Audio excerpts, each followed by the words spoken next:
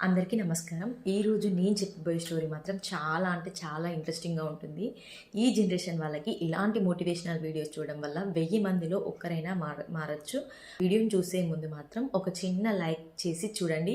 మీరు చేసే లైక్ నాకు చాలా మోటివేటివ్‌గా అనిపిస్తుంది. ఇక స్టోరీలోకి వెళ్దామా? ఈరోజు స్టోరీ ఏంటంటే ఓ రహదారి పైన వెళ్తున్నటువంటి ఓ ఒంటరి మహిళ కథ చాలా బాగుంటుంది.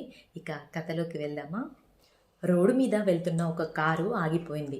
అందులో నుంచి దిగిన ఆమెకు 40 సంవత్సరాలుంటాయి. కారు దిగి చూస్తే టైర్ పంచర్ అయింది. స్టిఫ్నీ ఉంది, కానీ తనకి వేయడం రాదు. రోడ్డు పక్కన కారు దగ్గర నిలబడి సహాయం కోసం చూస్తుంది. ఒక్కరూ ఆపడం లేదు. సమయం చూస్తే సాయంత్రం 6 దాటుతుంది.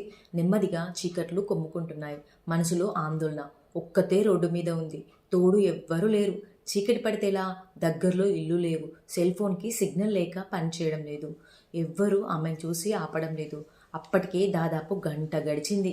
ఎలారా దేవుడా అనుకుంటూ భయపడుతుంది. చలి కూడా పెరుగుతుంది. అటుకు వెళ్తున్న ఒక బైక్ ముందుకు వెళ్ళి పక్కకు తిప్పి వెనక్కు వచ్చింది. ఆ వ్యక్తి బైక్ స్టాండ్ వేసి సౌమ్య దగ్గరికి వస్తుండడంతో ఆమె భయపడింది.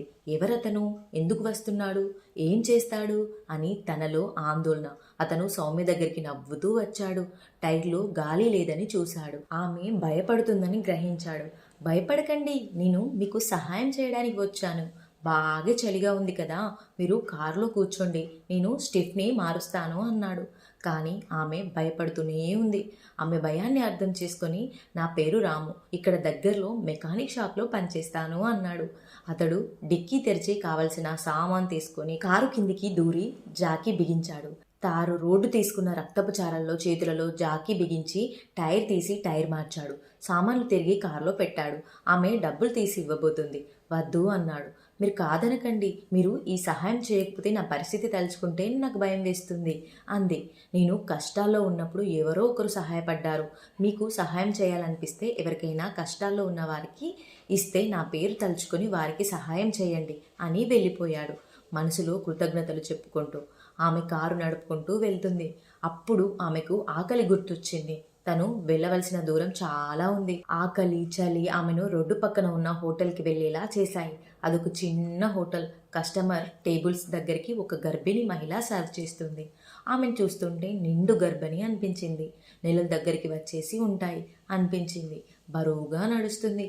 అన్ని టేబుల్స్ దగ్గరికి వెళ్ళి కావలసిన ఆర్డర్స్ తీసుకోవడం, సర్వ్ చేయడం, బిల్లు తీసుకొని చిల్లర ఇవ్వడం అన్నీ తానే చేస్తుంది. కానీ ఆమె ముఖంలో ప్రశాంతమైన చిరునవ్వు. ఆమె తన టేబుల్ దగ్గరికి వచ్చింది. చిరునవ్వుతో ఏం కావాలండి అని అడిగింది. అంత శ్రమ పడుతూ కూడా చెరిగిపోయిన చిరునవ్వు ఆమె ముఖంలో ఎలా ఉందో అని ఆశ్చర్యపడి భోజనం ఆర్డర్ ఇచ్చింది. భోజనం చేసి ఆమెకు 1000 రూపాయల నోట్ ఇచ్చింది. ఆమె చిల్లర తేవడానికి వెళ్ళింది. తిరిగి వచ్చేటప్పటికి సౌమ్య కనబడలేదు. సౌమ్య కూర్చున్న టేబుల్ మీద ఉన్న గ్లాస్ కింద ఒక కాగితం, దాని కింద 4 1000 రూపాయల నోట్లు ఉన్నాయి. ఆ కాగితం చదివిన హోటల్ మేడంకి కన్నీళ్లు ఆగలేదు. అందులో ఇలా ఉంది: చిరునవ్వుతో ఉన్న నీ ముఖం నీకు బాధలు లేవేమో అన్నట్లు, నువ్వు నిండు నెలలతో పనిచేస్తున్నావు అంటే నీకు డబ్బు అవసరం అని అనిపిస్తుంది నాకు. ఒక మిత్రుడు సహాయపడినట్టే అతనిని తలుచుకుంటూ నేను నీకు సహాయపడుతున్నాను. నువ్వు అలాగే ఇతరులకు సహాయపడు అని రాసి ఉంది. హోటల్ మూసేశాక గర్భిణీ మహిళ ఇంటికి వచ్చింది. అప్పుడే ఇంటికి వచ్చి అలసిపోయి పడుకున్న భర్త చేతిని చూసింది. గీసుకుపోయిన చేతులు రక్తపు చారలతో ఉంది. అతడే రాము. అతడి పక్కన కూర్చొని మనం దిగులు పడుతున్నాం కదా, డెలివరీ డబ్బులు ఎలాగా అని. ఇక బెంగ తీరిపోయింది. ఆ భగవంతుడే మనకు సహాయం చేశాడు, ఆయనకి కృతజ్ఞతలు అంది ప్రశాంతంగా. మనము ఎవరికైనా మనస్ఫూర్తిగా సహాయం చేస్తే అది ఎక్కడికి వెళ్ళదు. మనం ఆపదలో ఉన్నప్పుడు తిరిగి మన దగ్గరికి చేరుతుంది. మనం ఇతరులకు చేసిన చెడు కూడా అంతే, 1కి 100 మనల్ని వెతుక్కుంటూ వస్తుంది. అందుకే మనం ఎల్లప్పుడూ మంచి చేద్దాం. మీ పిల్లలకు ఇలాంటి మంచి విషయాలు బోధించండి. సమాజం బాగు కోసం చేయూతనిద్దాం. ఫ్రెండ్స్, ఈ వీడియోలో మీకు ఎక్కడ నచ్చినా ఒక చిన్న లైక్ చేయండి. ఇలాంటి మంచి మంచి కథల కోసం మన ఛానల్ని సబ్స్క్రైబ్ చేసుకోవడం మాత్రం మర్చిపోకండి. Thank you.